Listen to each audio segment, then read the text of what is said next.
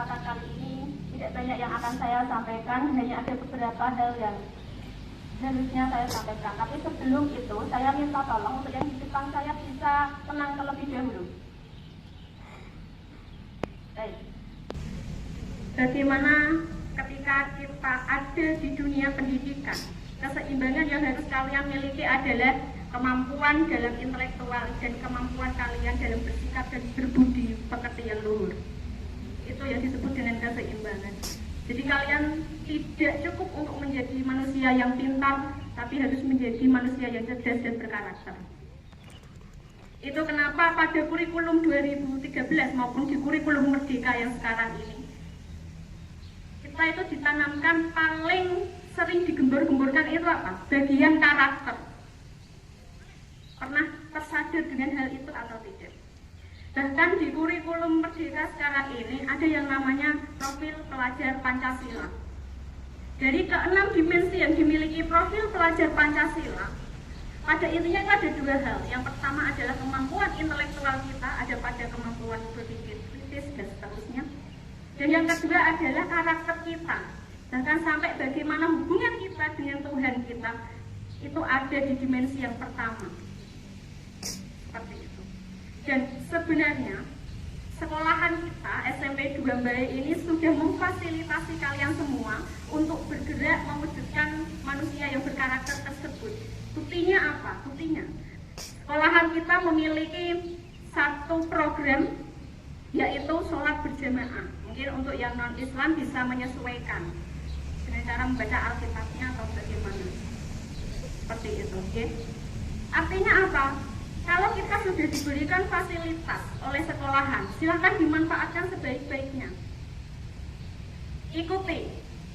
Bukan hanya berhenti pada sholat berjamaah saja, tetapi juga pada doa awal dan akhir pembelajaran. Ini yang sangat mengkhawatirkan. Karena seringkali dilihat ketika doa awal atau doa akhir pembelajaran itu disambi sama, kadang ada yang main HP, kadang ada yang jabil-jabilan sama temannya. Coba kalian itu kadang merenung sebentar saja ketika berdoa. Hadirkan hatimu untuk Tuhanmu agar selama kamu mengikuti pembelajaran itu diberikan ridho, diberikan keberkahan, dan akhirnya kalian tidak hanya menjadi manusia yang pintar, tapi kalian juga menjadi manusia yang berkarakter ke depannya.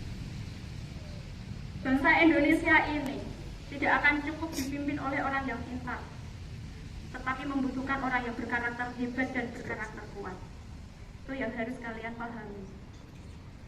Kedua, keseimbangan di sini itu antara hak dan kewajiban. Kalian diberikan hak sekolahan untuk bisa memanfaatkan fasilitas, untuk bisa mengikuti pembelajaran.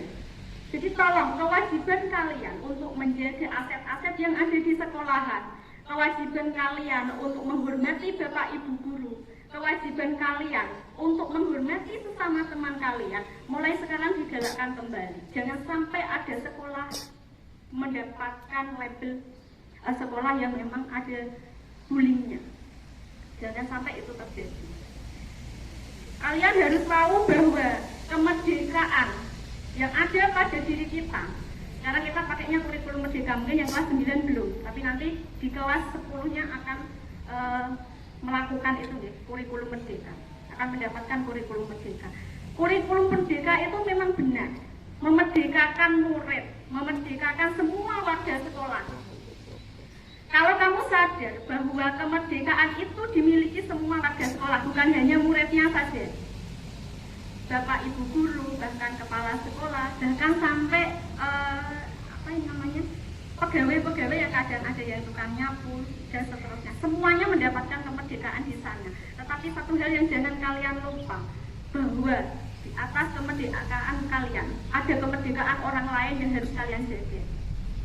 Kamu itu memiliki hak, tetapi di atas hakmu ada hak orang lain yang tetap harus kalian jaga. Itu oke. Jadi mulai sekarang tolong ditanamkan keseimbangan tadi. Bagaimana hubungan kamu dengan Tuhanmu dan hubungan kamu dengan sesamamu itu menjadi lebih baik. Kemudian yang kedua, keseimbangan dalam hak dan kewajiban. Ketika kamu menuntut hakmu itu harus terpenuhi, maka kamu harus ingat bahwa ada kewajiban yang harus kalian laksanakan. Jadikanlah SMP 2 Mbae ini menjadi sekolah yang berkarakter kuat dan hebat.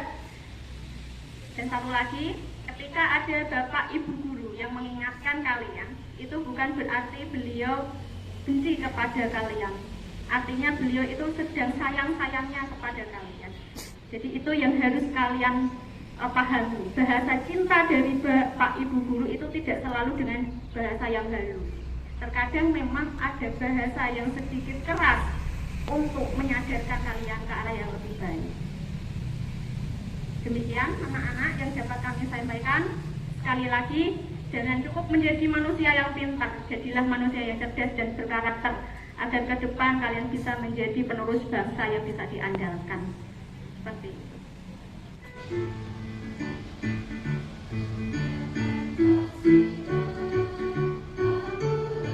Bendera, bangkitkan semangat persatuan dan kesatuan kami. Berkatilah kami.